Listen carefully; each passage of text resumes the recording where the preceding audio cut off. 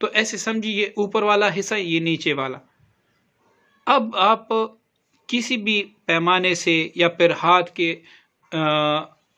سے اس کی پیمائش کریں گے، یہاں سے لے کر یہاں تک اس کی پیمائش کر دیں۔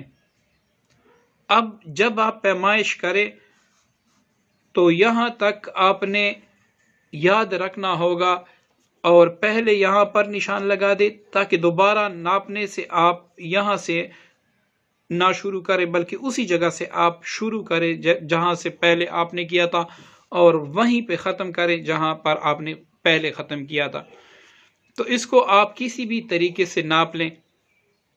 اب اس پر جب آپ اس کو ناپ لیں، اس کو اچھی طرح فولڈ کریں، اور یاد رکھیں آپ نے اگر پیمانے سے ناپا ہے یا کسی بھی چیز سے یا انچی ٹیپ سے کسی بھی چیز سے آپ نے ناپا ہے تو وہ آپ یاد رکھیں۔ اب اس کو اچھے طریقے سے فولڈ کر لیں۔ اب اس پر 11 بار درود ابراہیمی پڑھ لیں اور دم کر دیں۔ ٹھیک ہے دوستو، 11 بار درود ابراہیمی پڑھ کر دم کر دیں۔ اب 11 بار آیت الکرسی پڑھ کر دم کر دیں۔ اب اس کے بعد 11 بار قل اعوذ برب الفلق پڑھ کر دم کر دیں۔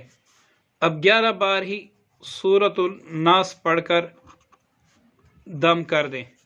اب دعائے قنوت جو تراویح میں بلکہ وتر میں ہم پڑھتے ہیں، دعائے قنوت، یہ آپ نے 7 بار پڑھ کر اس پر دم کرنا ہے۔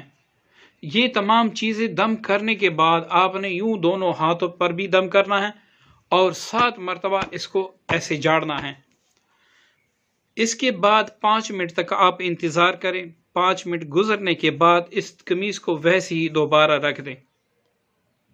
اب اس کو دوبارہ آپ ناپ لیں۔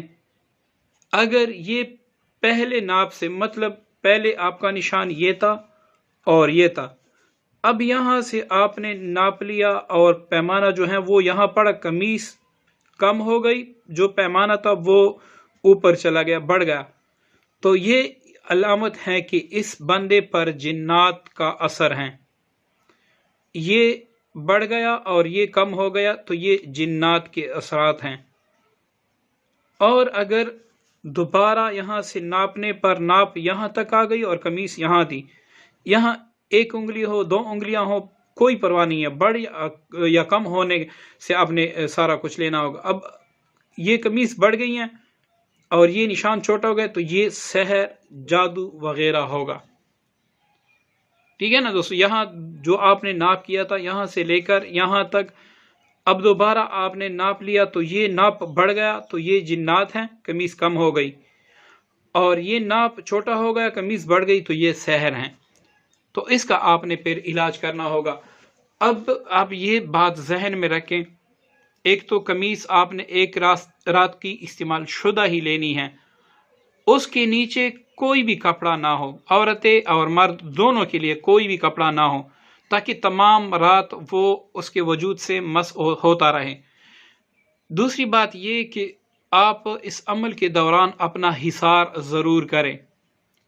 اگر عامل کر رہے ہیں اس کے تو اپنے حصارات ہوتے ہیں، صبح شام وہ تو کرتے ہیں، لیکن آپ اگر اپنے بیوی کے لیے، بیٹی کے لیے یا پھر بیٹے کے لیے کر رہے ہیں تو اپنا حصار ضرور کر لیں۔